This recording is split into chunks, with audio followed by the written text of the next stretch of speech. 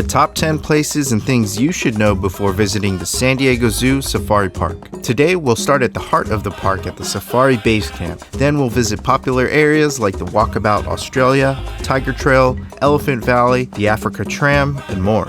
We'll explore the history of the Safari Park, which is now over 50 years old. We'll visit some of the most popular attractions and discover often overlooked areas visitors miss. Along the way, we'll share our top tips. The San Diego Zoo Safari Park is a world-renowned attraction located in Escondido, California. It spans over 1,800 acres and it's home to nearly 3,000 rare and endangered animals. It's a 44-minute drive north of downtown San Diego, and it's known for its themed landscapes, immersive exhibits, and state-of-the-art facilities. The Safari Park has a rich history. It was founded in 1972 as a breeding and research center, allowing animals to thrive in their natural habitats. The park has been instrumental in the preservation of endangered animal species, averaging 1 birth per day. Over the years, it has transformed from a research center into a beloved attraction enjoyed by locals and visitors from around the world. Here are our top 10 must-see attractions for your next visit. First is the Safari Basecamp right at the entrance of the park. As soon as you enter the park, you can pick up a map, or if you need, you can rent lockers, strollers, wheelchairs, or motorized mobility scooters. I recommend downloading the app ahead of time, which will have performance schedules and other news. Right by the entrance is the Wings of the World aviary, which leads to the Animal Ambassador stage. Here you can often see trainer presentations.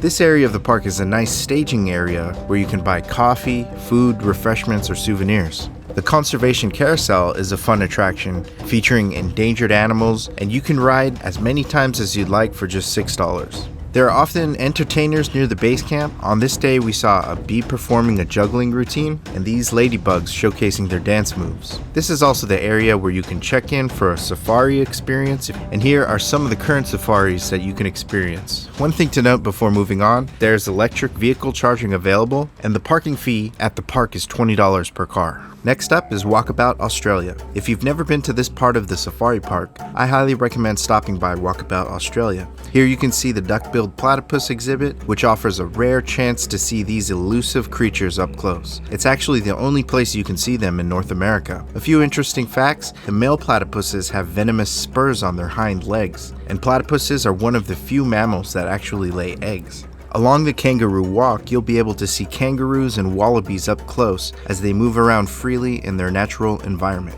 One of my favorite places to visit is the cassowary exhibit. These large, flightless birds are native to Australia and New Guinea, and they eat primarily fruit. They're considered one of the most dangerous birds in the world because of their powerful legs, their sharp claws, and aggressive behavior when threatened. And just one kick could be deadly. Close by is the Bonsai Pavilion, where you can enjoy the artistry of these miniature trees.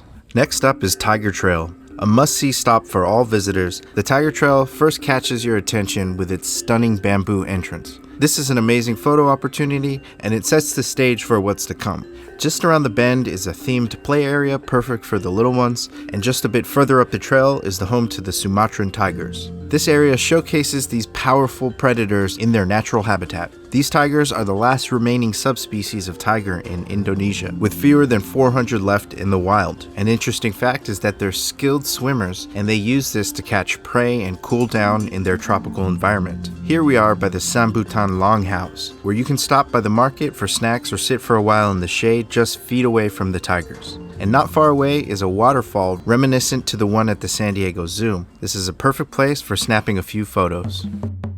Next is the Lion Camp. The Lion Camp is a savanna-themed habitat home to a pride of lions. The exhibit allows you to observe their natural behaviors and social dynamics just inches away. On this day, we saw 3 lionesses, and lionesses are the primary hunters of a lion pride. While hunting, they coordinate using stealth, teamwork, and strategy to catch their prey. Lionesses form strong social bonds with each other, often grooming one another, raising their cubs together, and they're fiercely protective of their young.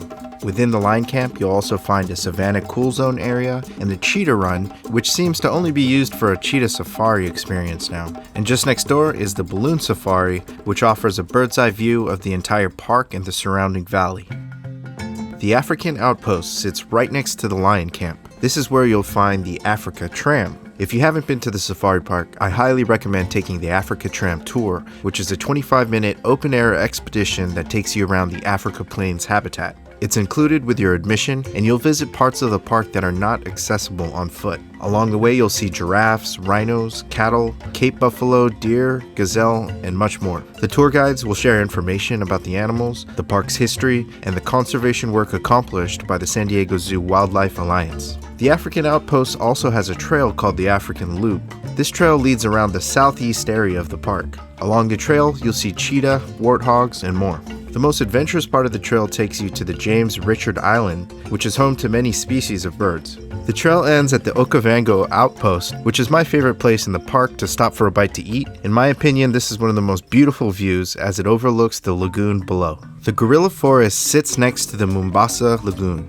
Here you'll find the hidden jungle aviary, home to tropical birds and plants, and of course, the gorilla habitat. These gorillas are highly intelligent and playful. They're close relatives to humans, sharing about 98% of our DNA. If you spend some time here, you might see some of their unique social behaviors, like this time when they were playing tag and hide and seek. Next door is the Benbow Amphitheater, and in the past I've seen educational shows here, and hopefully they'll be able to do that again soon. Next door is the African Woods, where you'll find the Mawazu Woods Discovery Area, with a refreshment stand, plenty of places to sit, and a nice view of the San Pasqual Valley. Following the path leads to the African Loop, where you'll see gaboons swinging through the branches. There are also vultures, Adax, Gerenuk, and Okapi, which are actually related to giraffes. Next on the list is Elephant Valley. Right now, there's a renovation project underway at Elephant Valley, and it'll only be partially open until 2024. The renovation will expand and update the elephant habitat and create better facilities to serve and care for the elephants. It's said the renovation will completely reimagine the heart of the safari park. With the safari park being 1,800 acres, it can often feel spread apart and disconnected, and this seems like a perfect opportunity to unite the habitats and rejuvenate the park. While this area is being developed, you can still see the elephants or take a walk through the herb gardens or nearby campgrounds. One of my personal favorite views is at Kalima Point, where you can watch animals roam free through the African plains and Asian savanna, which are the park's largest exhibits, covering over 300 acres. The Nairobi Village is where you'll find some of the most fun family activities and attractions. Here you'll find the petting corral, where visitors can interact with and brush various animals. At the Nairobi station, you can meet Robert the Zebra, an interactive digital zebra that entertains guests. There's also lots of little critters here that you can see up close. The Sanford Kids Theater offers shows and entertainment for the family, and the village playground has plenty of space to play. The Rainforest Aviary showcases a variety of colorful birds, and the Mombasa Lagoon is a nice place to explore and enjoy the unique structures and waterfalls. At the northernmost part of the park is Condor Ridge. Situated at the highest point, it overlooks most of the park. Walking along Condor Trail offers some of the best views of the San Pasqual Valley, and along the way you'll see incredible animals and birds, including the American bald eagle. Further up the trail, the Condor exhibit showcases these once nearly extinct animals.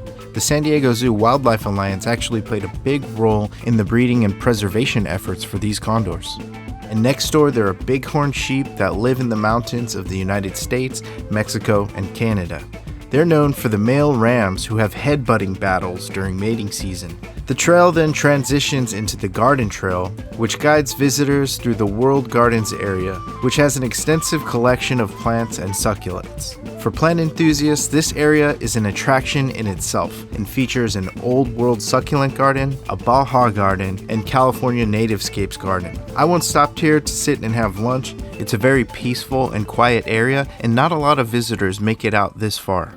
Finally, your visit is important and actually supports the preservations of endangered species. The San Diego Wildlife Alliance is a nonprofit organization committed to preserving and protecting wildlife. They operate both the San Diego Zoo and the Safari Park, and by visiting, donating, or making a purchase, you directly contribute to initiatives like habitat restoration, wildlife rescue, and rehabilitation. They also do research and conservation projects. These efforts help to support endangered animals, securing a better future for us all. With awe-inspiring wildlife and engaging educational exhibits, the San Diego Zoo Safari Park offers something for everyone. If you're planning a visit to San Diego and enjoy wide open spaces and wildlife, make sure to add the Safari Park to your list of must-see attractions. If you enjoyed this video, please hit the thumbs up button and subscribe. It really helps the channel a lot.